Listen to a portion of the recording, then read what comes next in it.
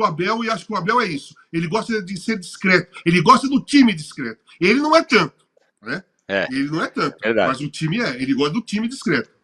Agora, o Casão falou do Felipe Luiz, vamos entrar no Felipe Luiz, porque ele ainda não é alvo geral, mas vai ser alvo aqui da nossa análise.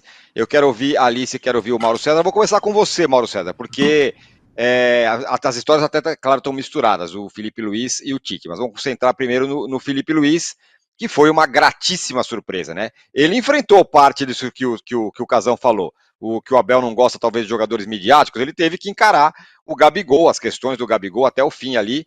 E o Flamengo, com o Felipe Luiz, se transformou num time completamente diferente do time do Tite. É um começo bem legal, né? Foi um ano bem legal do Felipe Luiz nesse começo de trajetória dele. Inegavelmente foi um início muito bom. Eu acho que houve muito exagero também, né? Acho que a carência de bons técnicos do Brasil é tamanha que quando surge alguém um pouco diferente, um brasileiro, né? Rola até um certo frenesi. Assim, ele de fato ele surpreende pelo começo com título e indo muito bem, com coragem para fazer mudanças no time durante o jogo, de forma que foge do padrão. Isso ficou mais evidente no jogo contra o Corinthians, quando ele perdeu o Bruno Henrique expulso a 27 minutos, e aí ao invés de deixar, como quase todo técnico faz, né, perde um atacante e joga no 4-4-1, 2 linhas de 4, um atacante na frente. Ele tirou esse atacante que era o Gabriel, reforçou a sua linha defensiva, ele tinha a vantagem do placar alcançada no Rio de Janeiro quando venceu por 1-0, no mata-mata, no placar agregado, e resistiu melhor ao ataque do Corinthians, não deu nem muitas chances, manteve intacto seu meio campo, retendo bem a bola, conseguiu fazer um jogo sem passar por tanto susto como se imaginava quando perdeu o jogador tão cedo, né? Diante de um adversário que tem bons jogadores e que estava se acertando e que precisava pelo menos empatar o confronto pela Copa do Brasil. E também na própria final, quando ele teve coragem para tirar o Gabriel novamente, apesar dos 2 gols que ele fez no primeiro jogo do Maracanã, ele em Belo Horizonte, o Gabriel não rendia nada, ele tira o Gabriel, coloca o Bruno Henrique, o time melhora muito e vence o jogo. Aí ele teve que lidar, perdão, com a insatisfação da Estrela, tal, no vestiário, no intervalo houve um climão.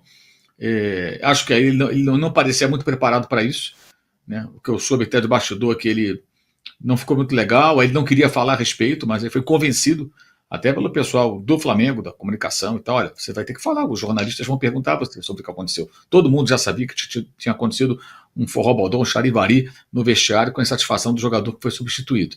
E aí ele fez um pronunciamento, não se aprofundou muito, mas não pôde fugir do assunto. Faz parte do processo, né, de adaptação, de aprendizagem de um jovem treinador. Eu acho que essa boa fase dele expôs muito o Tite. Não que o trabalho do Tite tenha sido um horror, eu acho que foi um trabalho mediano.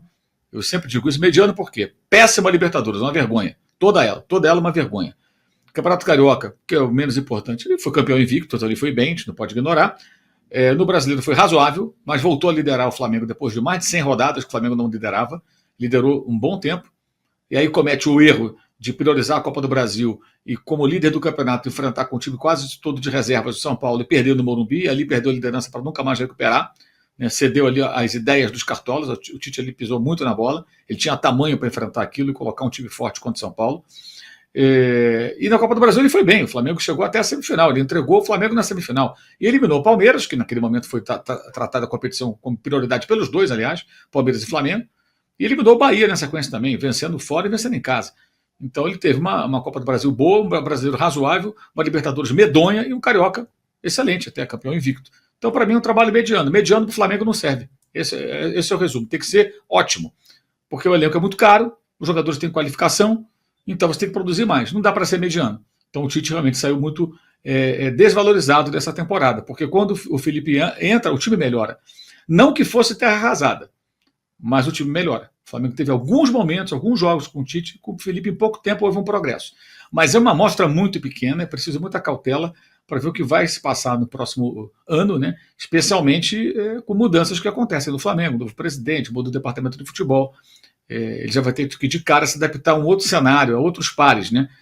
Se for colocado realmente na prática, se funcionar a ideia de tornar o futebol mais profissional, digamos assim, com mais cobrança, menos paternalismo, se ele se adaptar bem, ok, acho que não tem nenhum problema. O discurso dele é esse, mas vamos ver como é que vai ser na prática, né?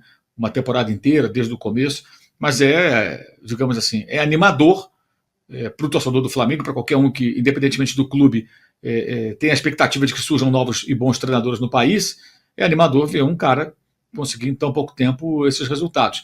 Agora, não é por acaso também. Muitas vezes o cara para de jogar, o jogador brasileiro muitas vezes para de jogar e quer ser técnico, não se preparou para isso. O Felipe Luiz já vem se preparando há muito tempo, em vários aspectos. Então já tem esse... O Ceni foi a mesma coisa. O Ceni saía do jogo do São Paulo, ele comentava a rodada às vezes.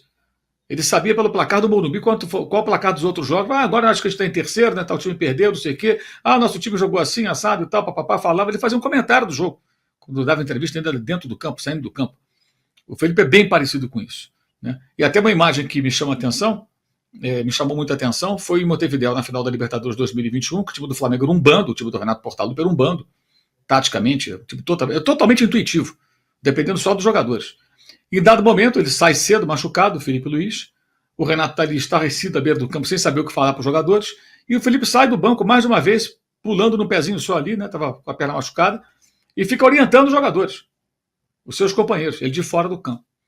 Isso foi na final da Libertadores entre Palmeiras e Flamengo 2021 em Montevidéu. A televisão mostrou pouco isso. Quem estava no estádio e prestou atenção viu. Para mim, aquilo foi um negócio até constrangedor para o técnico. Porque o técnico estava estático, não falava nada. Não conseguia falar.